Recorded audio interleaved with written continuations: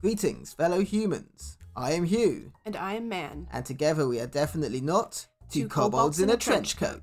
We enjoy human activities, such as paying taxes, having existential crises, and RPG horror stories. Let's see what we've got today.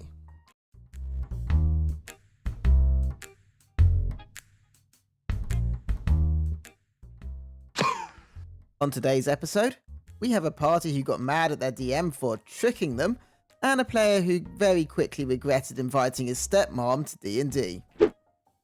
My players didn't like that I tricked them, by Reddit user Folkshly Stupid. I've been DMing a group mostly online for a few months now. This is my first real campaign as a DM, to be honest. I found the group online, and they're really nice people, so we've been playing together for a while. We started out playing twice a week, so our campaign progressed quickly, and we ended up completing what was meant to be a 2-year campaign in just 1 year.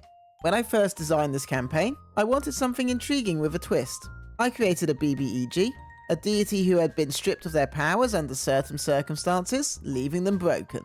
This deity began roaming the realms, trying to collect pieces of their scattered divinity to ascend once again. This once divine being wasn't necessarily good, so they chose a less than honest way to regain their power. Disguised as a travelling merchant, they began subtly influencing people who shopped at their wandering store to perform specific actions that would allow them to gather fragments of their lost divinity. Not every task was evil, but they weren't always benign either. This character was meant to be a recurring NPC in the campaign, and that's exactly what they became. Think of them as something like the mysterious vendor from Resident Evil 4, always appearing when most needed and somehow having exactly what the players were looking for. But in this case, coin wasn't what the merchant asked for.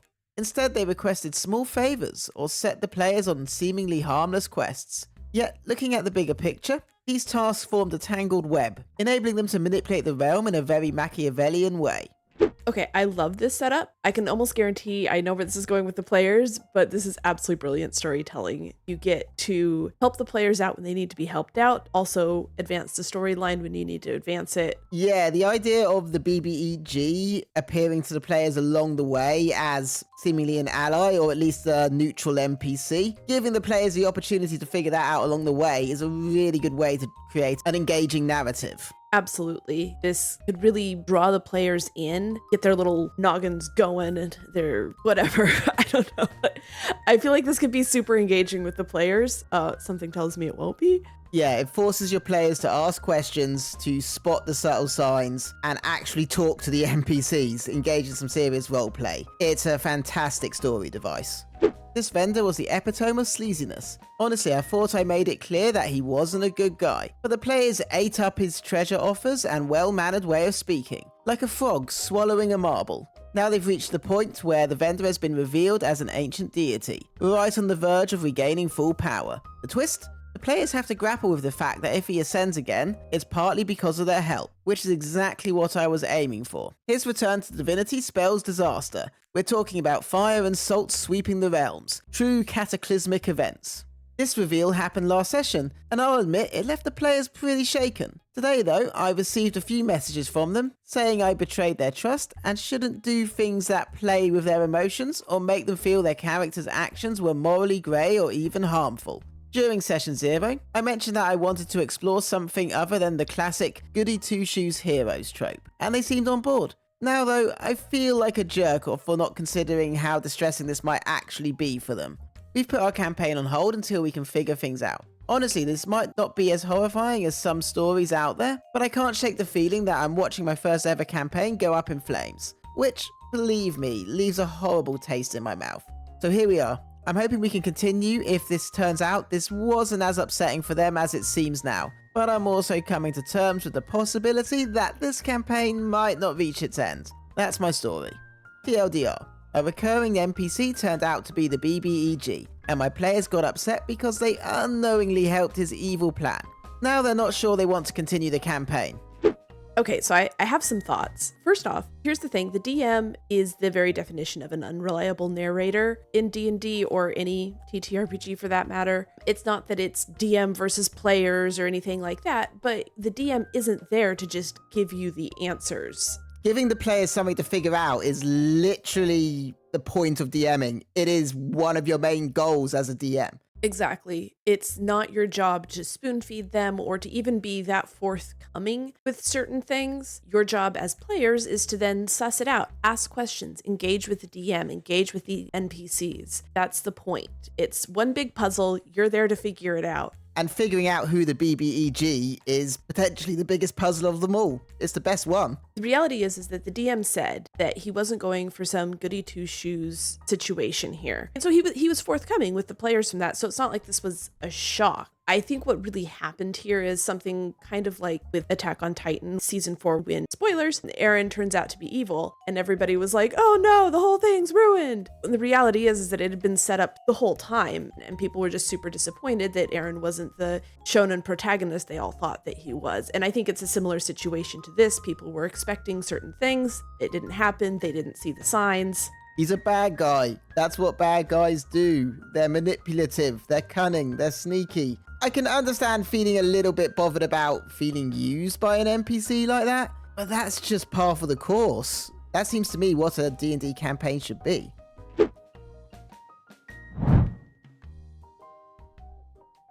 I have invited my stepmom to play with us. This may have been a mistake. A Reddit user or Gallop.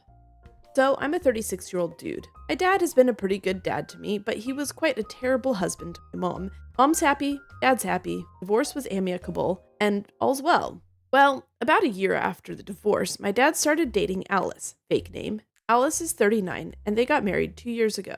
Me and Alice actually get along super well. She's into a lot of the stuff I'm into, and even the stuff that she's not into she's at least aware of. My dad marrying her has actually improved my relationship with him and my siblings, since her being around makes me and my wife visit a lot more often. And since she loves hosting, it's overall a lot of fun. We actually think that she's a great addition to the family. At some point, it turns out that Alice got really into the Legend of Vox Machina, Critical Role animated series, in case there's literally anyone on this sub not familiar with it, basically retelling the actual play series. When she told me that, I made a series of mistakes which resulted in the most awkward few months of my life. I have a group of friends. We play in Exandria. We started it on 5e, but with that whole Wizard of the Coast OGL fiasco happened, we transferred to Pathfinder 2e, but we kept the setting in the plot unchanged. I personally am not great into Critical Role and haven't actually watched The Legend of Vox Machina, but my group is great and the DM is a wonderful storyteller and makes the best NPCs. When Alice told me that she really enjoyed Legend of Vox Machina, I got really excited and told her about the campaign. And she got really excited. She'd never actually played TTRPGs before, but she was excited to try, and was a self-proclaimed theater kid, so RPing wouldn't be an issue. I obviously, and at one point to my great regret, got excited too. I love Alice. Alice is great. My group is great. This could only mean good things. I ran this by my group, GM plus 4 players, and they were all pretty cool with me having her, though some jokes were made about my hot stepmom. They haven't met her yet, so I accepted it as a good-natured rib. I taught her the basics of Pathfinder 2e and gave her the rundown of the campaign thus far, and helped her create her character. It was a swashbuckler loosely ripped off of Jack Sparrow and Scanlan.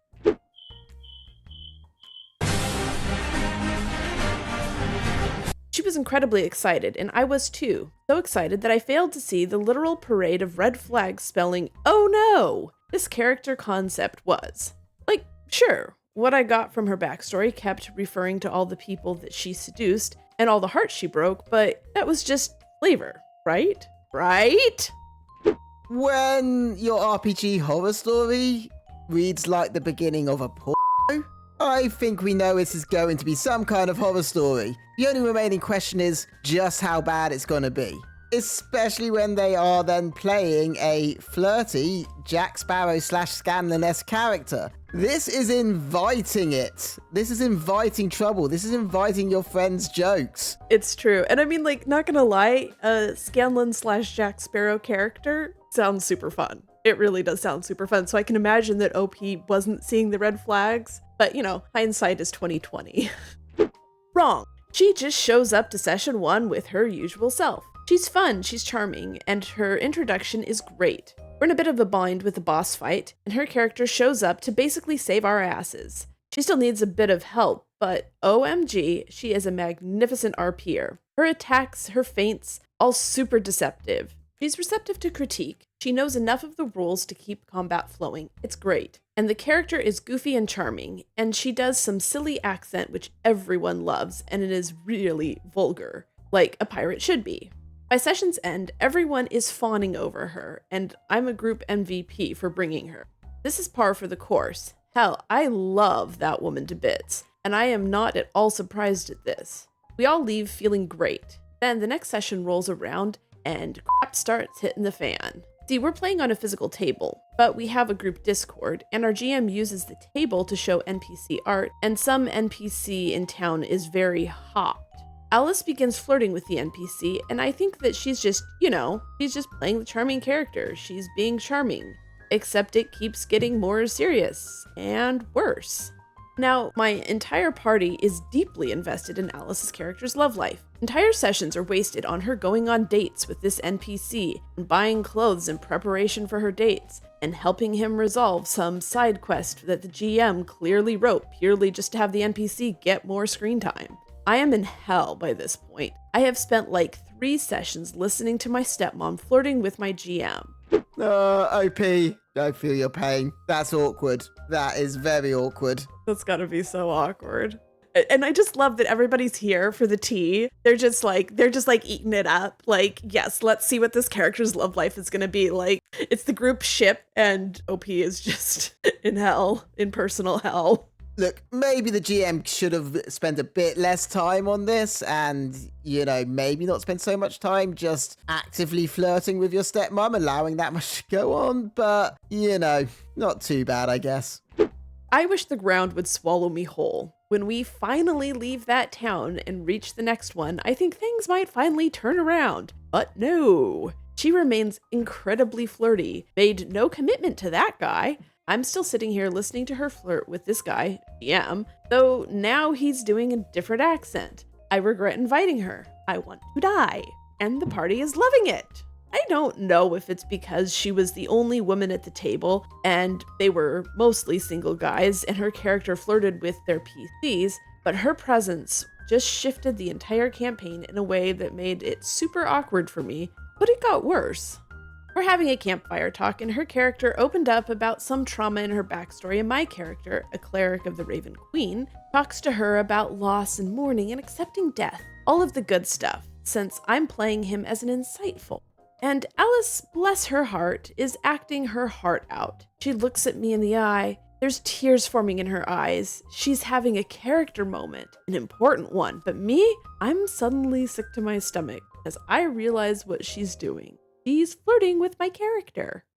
I'll be your mommy. I am now sitting there, looking my friggin' stepmom in the eye, and I'm having to play out a scene of romance tension with her. And this isn't just flirting, mind you. I see the plot hook she's dangling. She talks about how surface level her connections to other people always are, but how she seeks something deep, yada yada yada.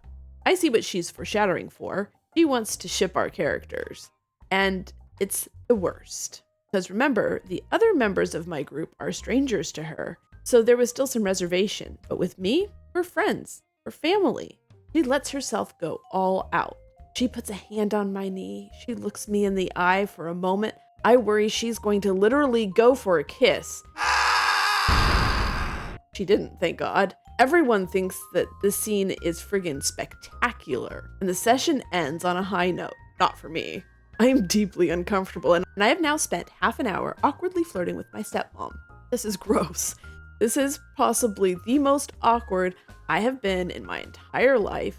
The only bright side is that this is the breaking point for me, and things got better afterwards. I mean, it's great having a stepmom who's super into D&D and really good at roleplay, but I appreciate your internal screaming here, OP. I can hear you right now in my head, still screaming to this day.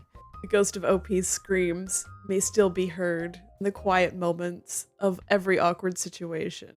At the heat death of the universe, there will be nothing left except OP's screaming.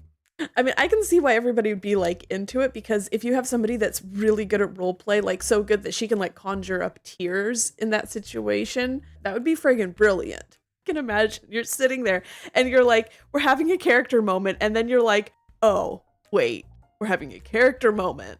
And she's getting so into it. And you're like, this is my stepmom. This person is my family. Like, I get that you're the only person she feels comfortable with getting really deep, but like, for goodness sakes.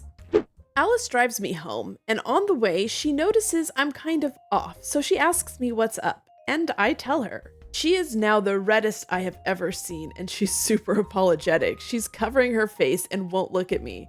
She explains that she just thought this is what playing TTRPGs was, since this is what they did on the show, and the flirting and the dating were kind of part of it, like theater. She's so sorry for making me uncomfortable. I'll make it clear, she wasn't being aggressive or overly sexual or anything. It was just a very uncomfortable situation. I apologize for maybe not making things clear and not stopping the scene when I felt that it was inappropriate, and we decide to talk it out with the group on Discord and explain the situation. We do so the next day, and everyone's pretty cool about it. They're all pretty chill dudes overall. We establish that Alice and her character are no longer to flirt with me, and maybe turn down the flirting overall, and she does. Things improve after that, and she's still playing with us to this day. Alice is genuinely a wonderful person, and I love her, but she is also my stepmother, and for those horrible, awkward 30 minutes, she was trying to flirt with me, and I will never let her live this down. And thankfully, we can laugh about it now. Like sometimes she'll ask for the salt, and I'll go, do you need salt, or do you need a real deep connection? Well, at least it had a funny, happy ending, I suppose, even if it did result in some mental trauma. I genuinely, I love the fact that you guys can still joke about it and it's no hard feelings and everybody's fine. I think that's awesome. But yeah, that happened.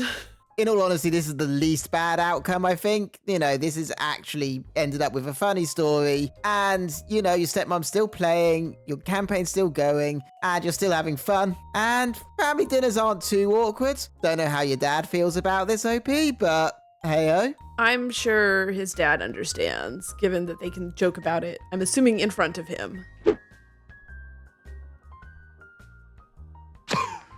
Hey, man. Hey, what? Did you hear about the fighter who decided to settle down and open up a pub? No. He wanted to reclass as a barbarian.